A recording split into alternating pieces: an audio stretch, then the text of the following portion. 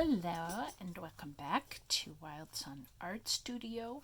My name is Robinsunne. Please do like, comment, subscribe, and share if you think this is a fun video, which I hope you will do. So I have to make some postcards. I'm a member of a postcard sharing group through the Camden Library, and I will actually leave that link down below. And I did my February Valentine's, and I was beginning to think about what I might like to do for a March Valentine. And I came up with an idea. So what I'm going to do is, this is the back side of the postcards, and you can get three 4-inch by 6-inch backers on a piece of 8.5 by 11 cardstock.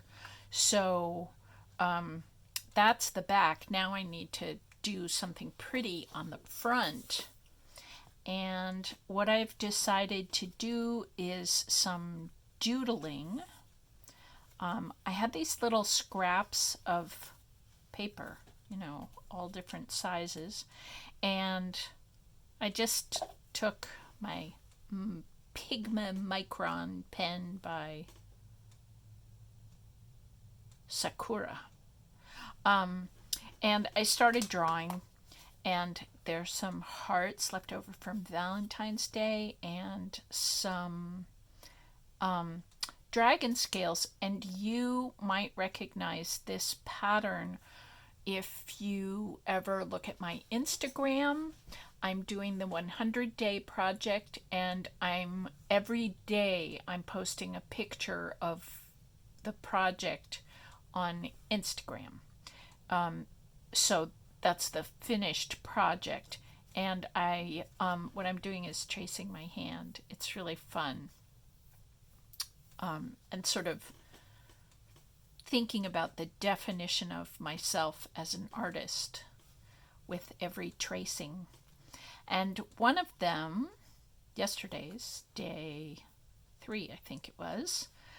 By the way, it's Wildsunne on Instagram as well as here on YouTube.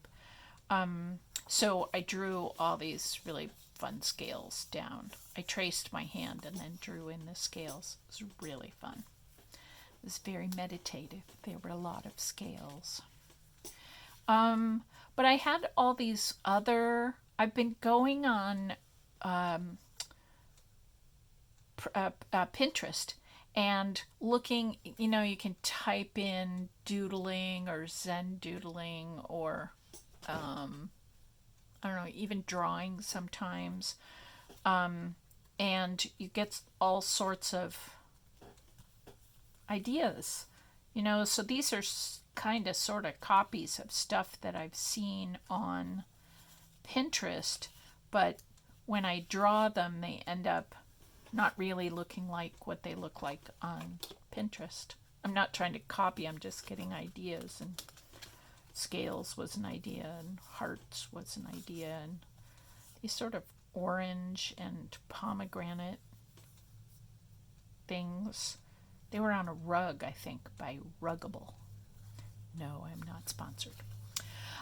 So I thought what I would do is take these, and this is my light box.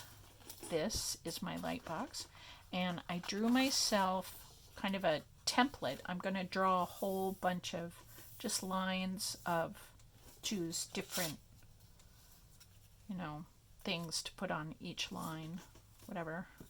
And then I'll print one side like this and print the other side.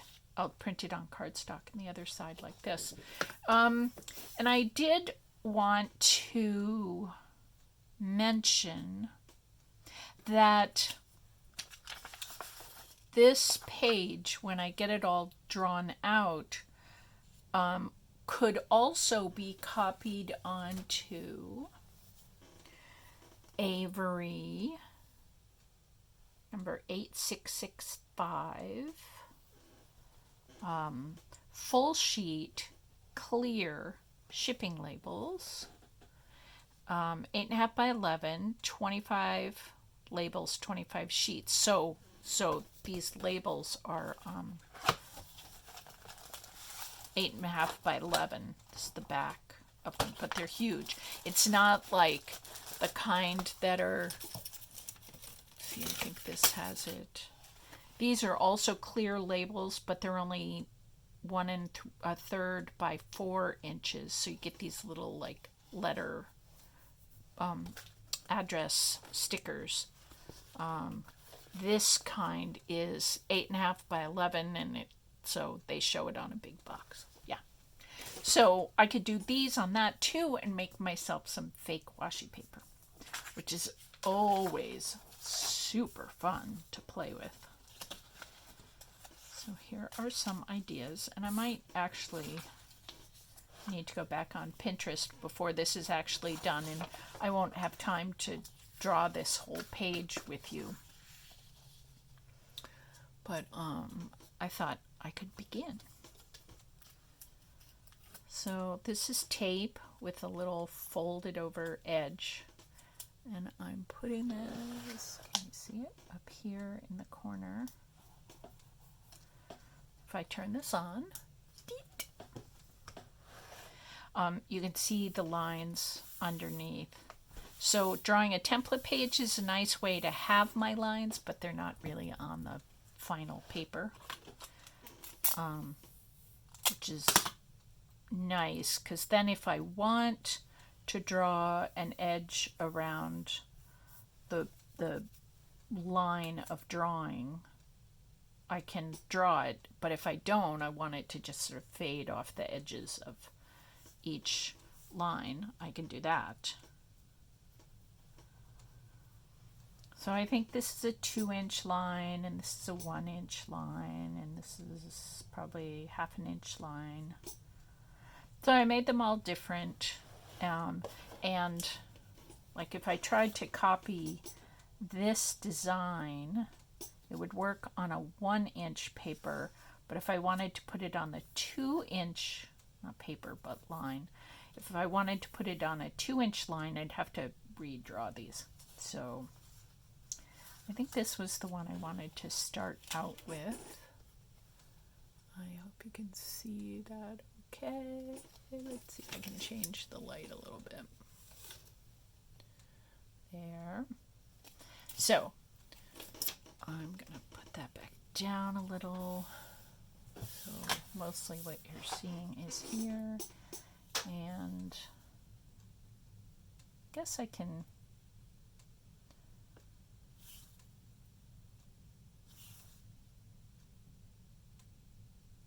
you know what, I'm going to start down here with a little bit thinner line. What is this, like 5/8 or something? 5.5, no, 6 3/4 of an inch. This is the 0.01 amount of nib. This is a pretty skinny little nib. So I could, if I wanted to, I could put the ruler down and kind of see where the tops of these triangles are. I could kind of measure out where I'd like these to be, and it would look very organized, but I don't know. I think I'll just let it turn out the way. Now this is about halfway, top to bottom, maybe a little bit more than halfway.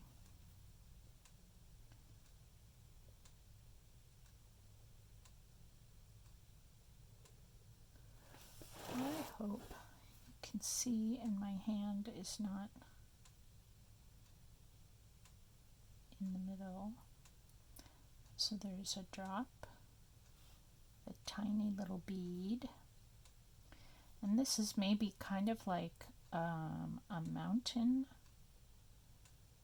with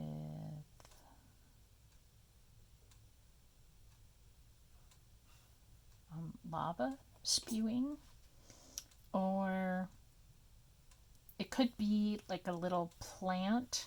I mean, the way I drew it here, it almost looks like a little plant growing up off the top of a mountain. So maybe that's what it is. You know what? I think I'm just going to draw the triangles. Oops. That was not a very straight line.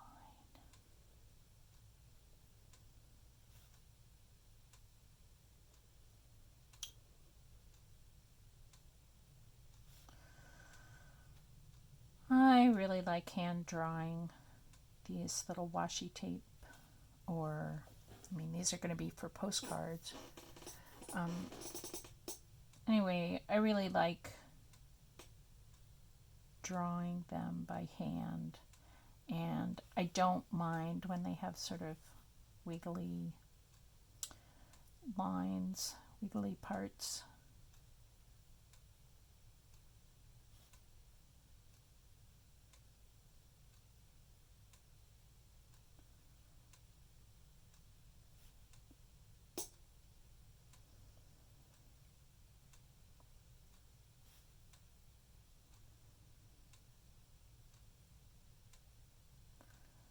Well, so this is what it is. A lot of quiet time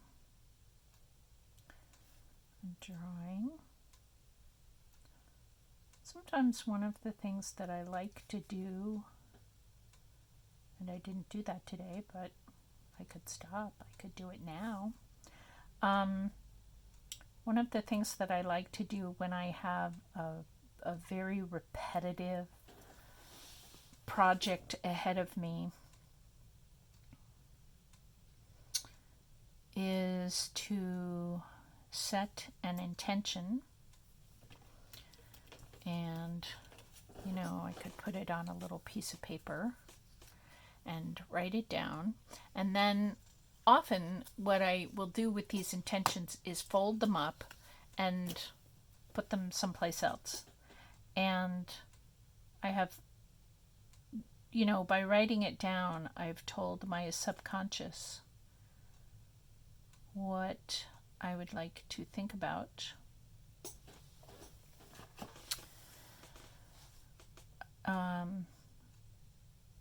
And then I don't have to keep sort of pounding away at that thought. My subconscious knows. It might also be, if you're the kind of person who likes to pray and has somebody specific to pray to, like an angel or a goddess or a god or somebody. You could also use a little bit of this time to chit chat with your angels or whoever.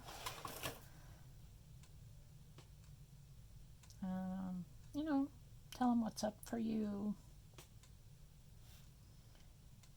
And if there's something you need help with, you could say, can you help me with this? Can you send me some information about this? Can you support me in whatever way you would like to get support?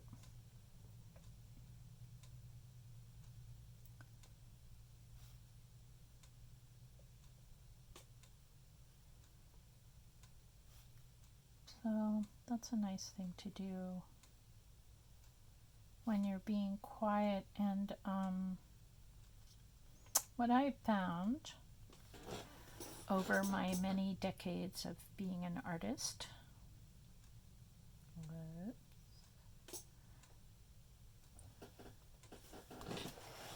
is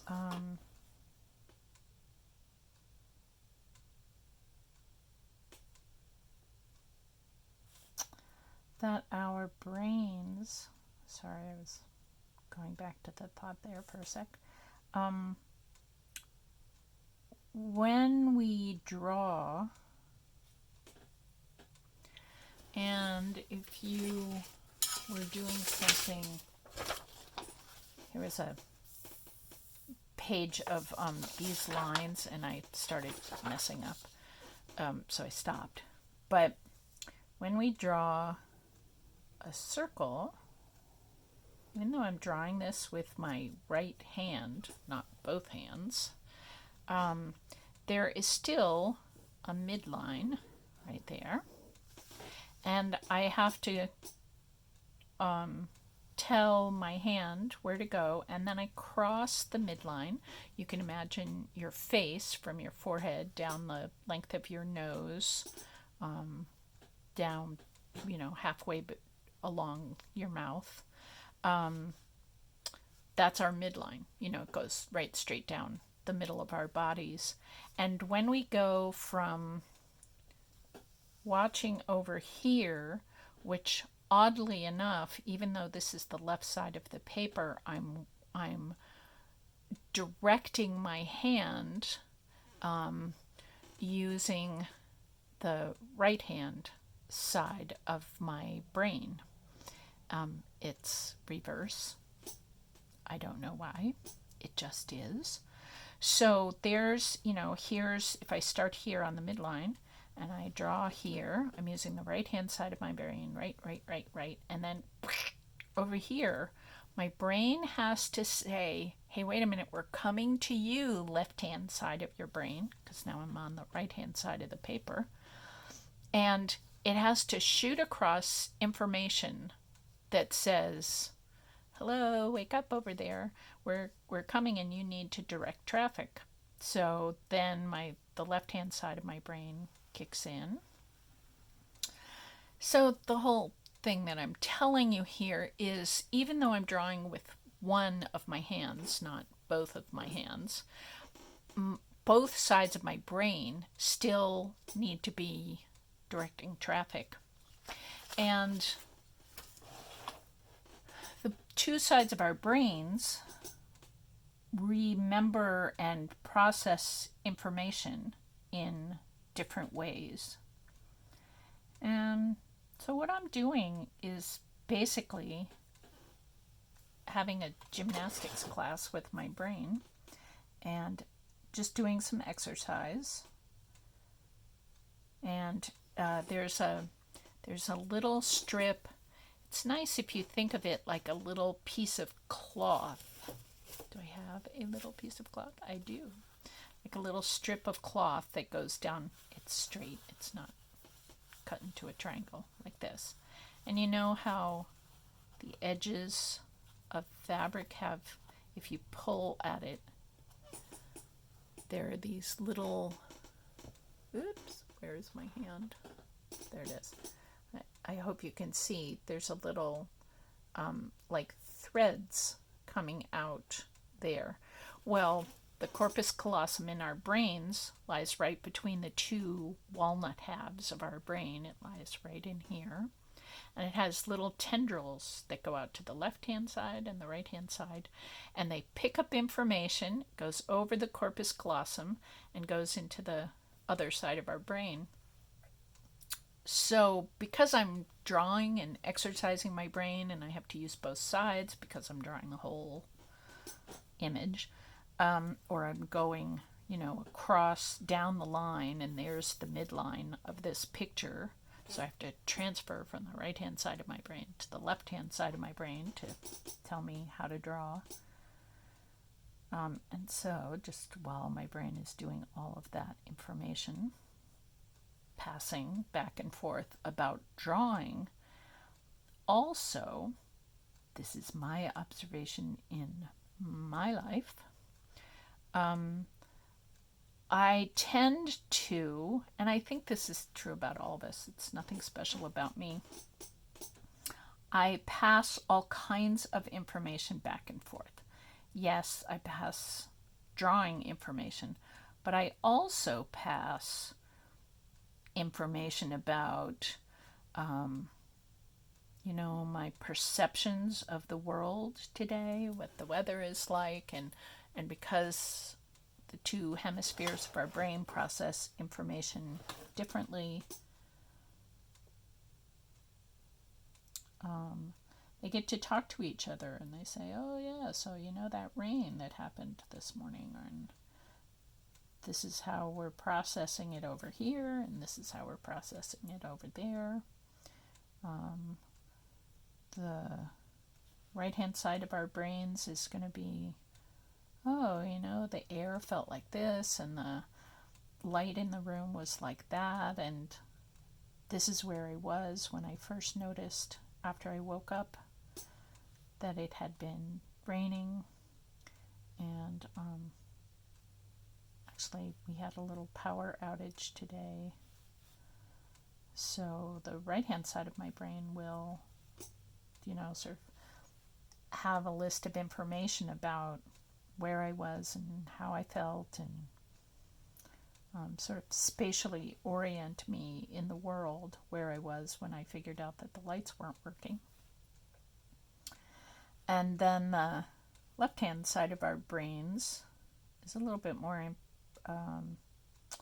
interested in lines of information. So first this happened, then that happened, then that happened. Math, language, time are all things that can be organized in a linear fashion, and the left-hand side of our brains really like that. So if I was going to talk to somebody about, like you, about the power outage today, the right-hand side of my brain might have more information about how it was 50 degrees when that happened, and it wasn't very cold, and the house was pretty warm, and I noticed that. And the left-hand side of my brain might be able to tell you more about what time it was, and how long it took for the power company to get the power back on, and la la la, like that. So the thing that's great about drawing, making art, any kind of art, knitting, weaving, clay, wood, whatever,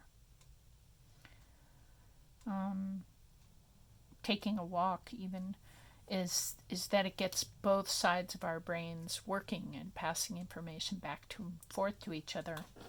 And if I'm doing that, it just strengthens that little corpus callosum in between the two halves of my brain, one's brain. And my brain gets pretty adept at chit-chatting back and forth, so that the spatial information I have about whatever's happening and the sequential information I have about whatever's happening are better organized. And I think I even read at one point, I can't remember where, that when we are in a traumatic situation, you know, we walk too close to the line of traffic, or you know what trauma is. What tends to happen is the corpus callosum freaks out a little and doesn't pass information back and forth.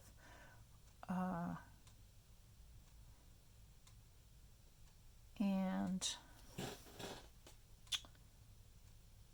so one of the things that's great about art therapy is that it can, the information is still in our brain, it's just we're not very good at connecting. And so art can make us, sorry, just checking the time, a little more organized about the connecting those pieces of information. And I will find myself, when I'm drawing like this, remembering something that happened when I was a little kid. And I mean, years and years ago, or when I was 20 or anything. And I'll kind of be reprocessing that stuff, and it allows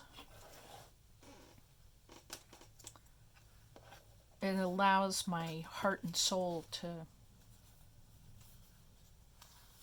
reprocess I don't know, cray things that happen. So it's good for us. All right, I'm kind of organizing here other things that I might use. If you are in my library postcard group, you will see the real thing of this in a couple of weeks. It will be in your mailbox. I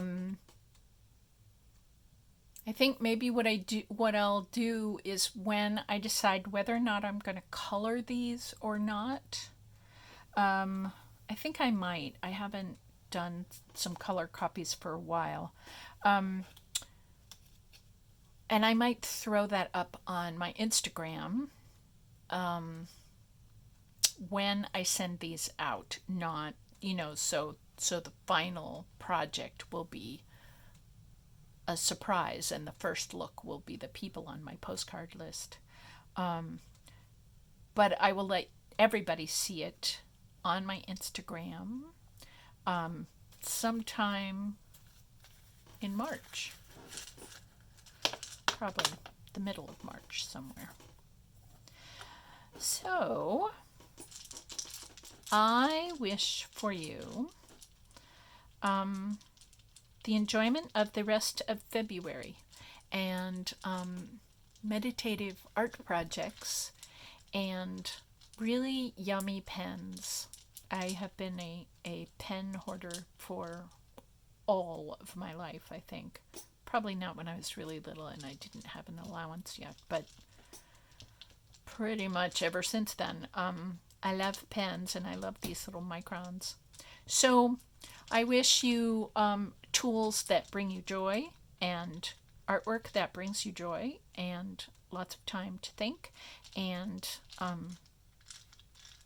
I hope your Pinterest is filled with juicy ideas for you to interpret in your own drawing papers.